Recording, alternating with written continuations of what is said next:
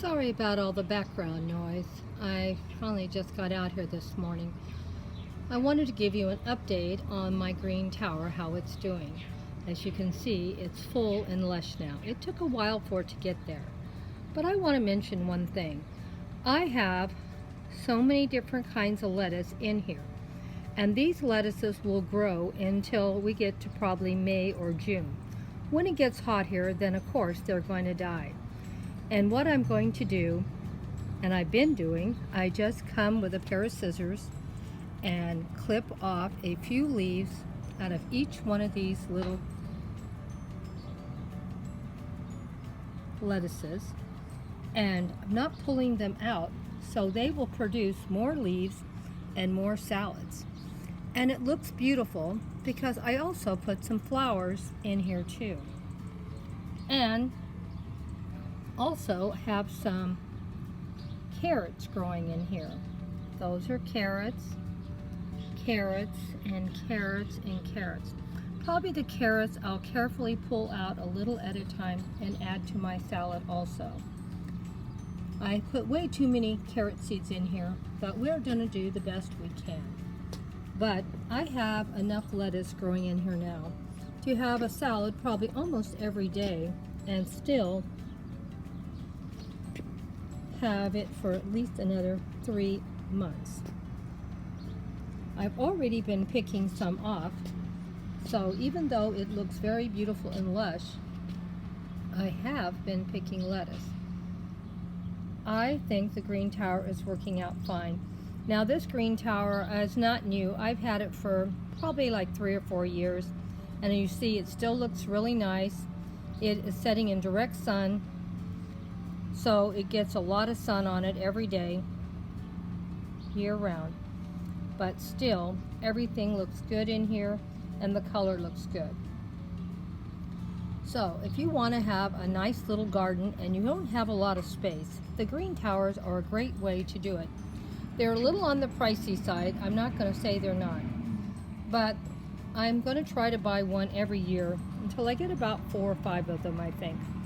Because I think with 4 or 5, that's a lot of cells to plant a lot of different veggies, and I can grow stuff year round in here. Of course, I do have to spend money for, soil and stuff, and to build it up a little.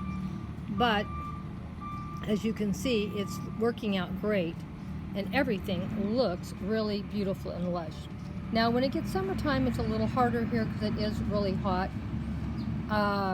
So I don't know, maybe when we get to summer, I may have my son come over and help me move them into where partial shade. Because I don't know, because right now they don't get morning sun, but they get all afternoon sun.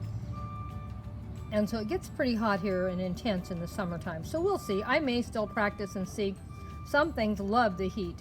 So maybe I'll just plant things that love the heat in here. But this is a really good investment for people that have a small amount of land and you want to build a nice variety garden. As you can see, there's plenty of cells with plenty of different plants and variety, and I could have planted a lot more in here, variety wise. But I think if I get about 5, that probably will be enough to produce enough food for me and my husband most of the time, because they really do produce a lot. And some things like lettuce, it's not like a head of lettuce, it's going to be one day and it's going to be gone. No, I just cut a few leaves off, and believe it or not, here in California, it never gets super cold. The lettuce will grow all winter long. It doesn't bother it at all.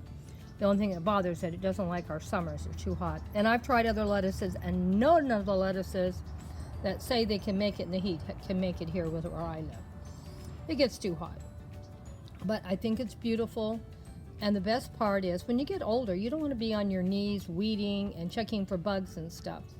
Now, I have planted strawberries in here, and I've done a lot. That's what I'm going to try to do again. I let my strawberries die. They weren't getting enough water, I think, or they got too hot. I don't know which.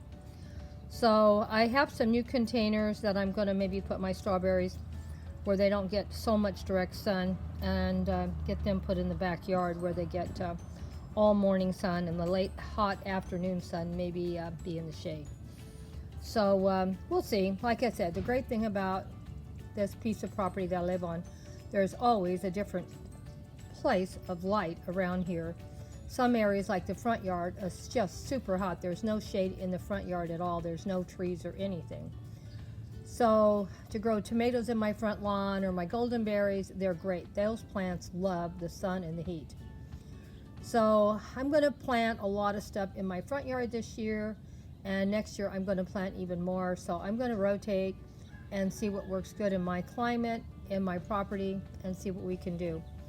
I'm sure I can grow a lot of fresh fruits and vegetables even on a small piece of land. And the best thing of all, try one of these green towers. Like I said, they're a little pricey, but they aren't so. Oh, I forgot to mention, we get terrible, terrible winds here. Really bad winds. I have never had this thing tip over in the windstorms. I don't know why that is, if it's because it's round, that the wind can't get a corner. I mean, I have patio furniture that's pretty heavy, and the wind will tip it right over if it gets strong enough. This doesn't get moved, and it doesn't tip. So that is another really good thing. Now, I'm not saying they couldn't tip if it gets windy enough, but we get pretty windy here. I mean, it'll take your roof off. So they're not like little breezes here where I live. So I do use a watering can. As you can see, I have a watering can down here. And I usually fill it up with about 2 or 3 times. And I water from the top, and it trickles down through all the cells. I give it a really good watering about maybe every 3 days, every cell. They say you don't need to do that, but mine looks pretty lush and nice, and that's how I want it to stay. So if I want it to look like this, I probably need to give it a little extra water for each cell. But it does work really well, and not complaining. And as you can see, isn't that just beautiful to look at? And like I said, most of the stuff I grow from seeds. These little plants here, I did put the plants in because I wanted to give the lettuce seeds and carrot seeds time to grow up and show something. I didn't just want to see dirt. So that's why I did that. But we'll see how it goes next year. I may do it again, or I may just throw seeds in and just have it look bare for a couple of months. But it's looking so full and lush now. And that lettuce looks so pretty next to the flowers. And these mixed lettuce blends are so good and so tasty. And you can't believe how much better your lettuce tastes when you grow it yourself and get the young, tender leaves. Oh, they're so yummy. And knowing there's no pesticides that have ever been sprayed on any of my plants. I guess I get to share with the bugs, but that's still fine, because I like seeing all the life in my garden. Well, I hope you loved the Green Tower update today and got to see how my lettuce is growing.